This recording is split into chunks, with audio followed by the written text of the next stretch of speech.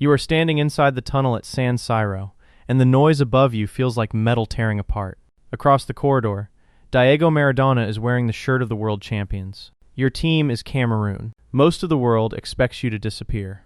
90 minutes later, football will be forced to look at Africa differently. This is June 8th, 1990. Argentina have arrived in Italy as defending champions, with Maradona still carrying the aura of Mexico 1986. Cameroon have arrived for only their second World Cup. To many European viewers, your players are unfamiliar names from an unfamiliar football culture. The opening match is supposed to introduce the champions. Instead, it introduces a revolution. To understand why this mattered, you have to understand the position African football occupied before 1990. African teams had produced warnings. Zaire had qualified in 1974. Tunisia had beaten Mexico in 1978, becoming the first African nation to win a World Cup match. Algeria defeated West Germany in 1982. Morocco reached the round of 16 in 1986. But the world often treated these moments as isolated surprises. A victory could be called brave. A defeat could restore the old hierarchy. Could an African team actually control a World Cup story from beginning to end?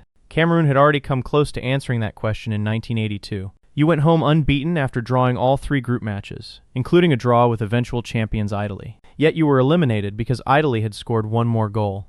You had not been defeated, but the tournament moved on without you. 8 years later, the team returned with a harder edge. The squad was coached by Valery Nepomniachtchi, a Soviet manager whose communication with the players was not always simple. Yet the basic plan did not require complicated language. Stay compact, compete for every loose ball, break forward quickly, refuse to show fear. In plain English, Cameroon were not trying to keep the ball forever. They were trying to make every possession dangerous. Football historian David Goldblatt has written about the World Cup as more than a tournament. It is a stage on which nations are placed inside a global order.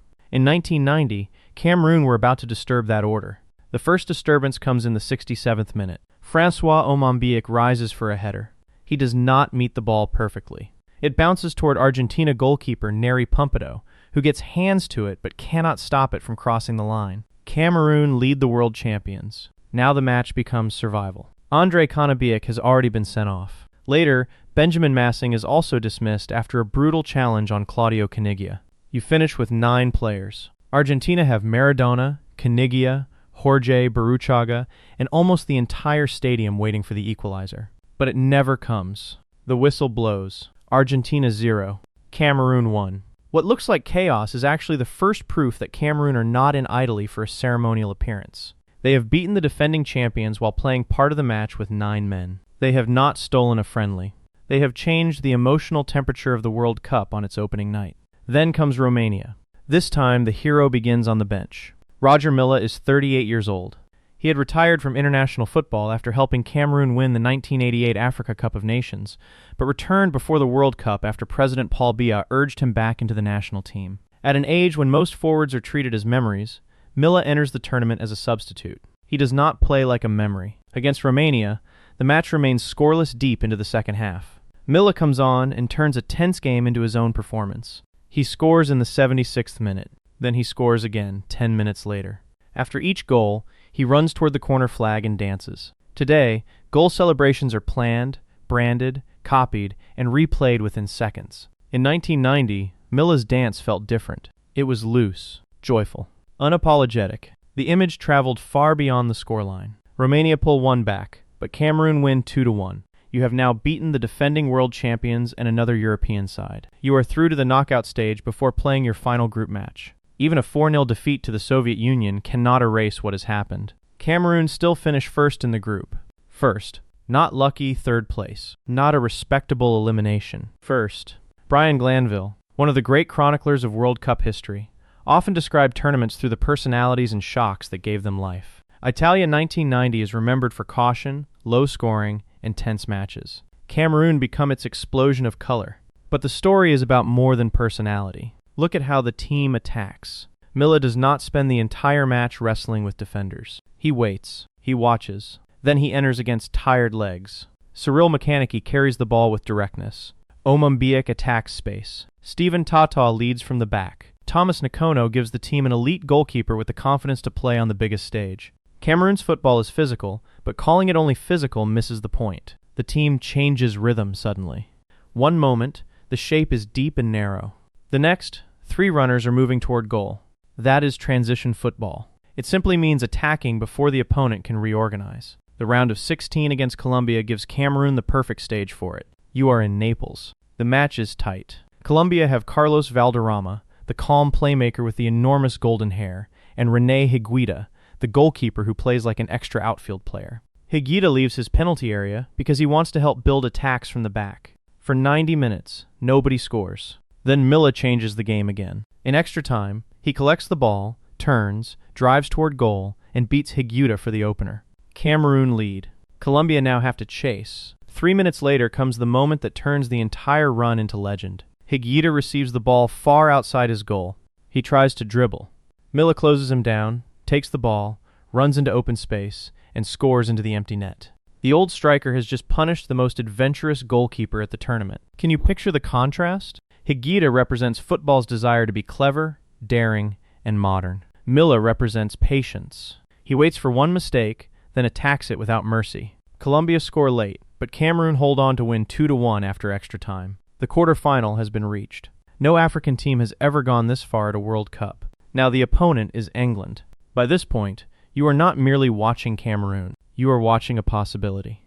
One more victory would place an African nation in the World Cup semifinals. The distance between imagination and history is 90 minutes. At the Stadio San Paolo, England score first through David Platt in the 25th minute. For a while, the game appears to be returning to the expected script. Then Milla comes on at halftime.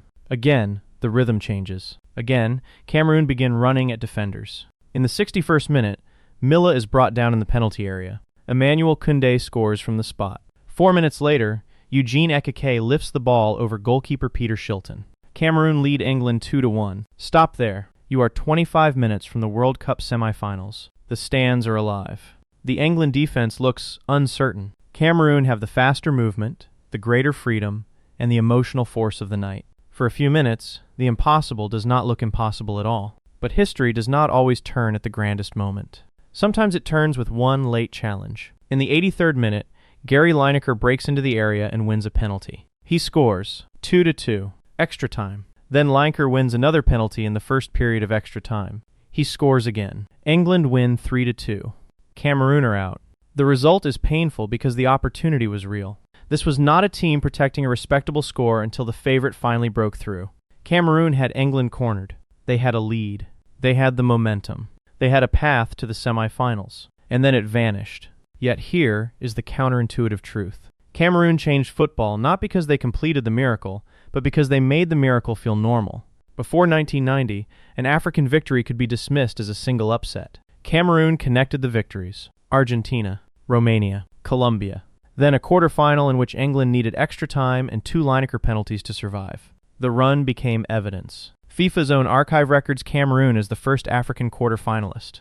For the 1990 tournament, Africa had only 2 qualifying places. At the 1994 World Cup, that allocation increased to 3. Cameroon were not the only reason, because Morocco's 1986 run and other African performances also mattered. But Italia 1990 made the argument impossible to ignore. More places meant more chances. More chances meant more teams could build experience. And experience changed expectation. Nigeria arrived in 1994 and won its group. Senegal reached the quarterfinals in 2002. Ghana came within 1 kick of the semifinals in 2010. Morocco finally crossed the line in 2022 and became the first African team to reach a World Cup semifinal. Each team had its own players, tactics, and history. But Cameroon had moved the border first. Jonathan Wilson, whose work explains how tactical ideas travel across countries and eras, has shown that football does not evolve through one single center.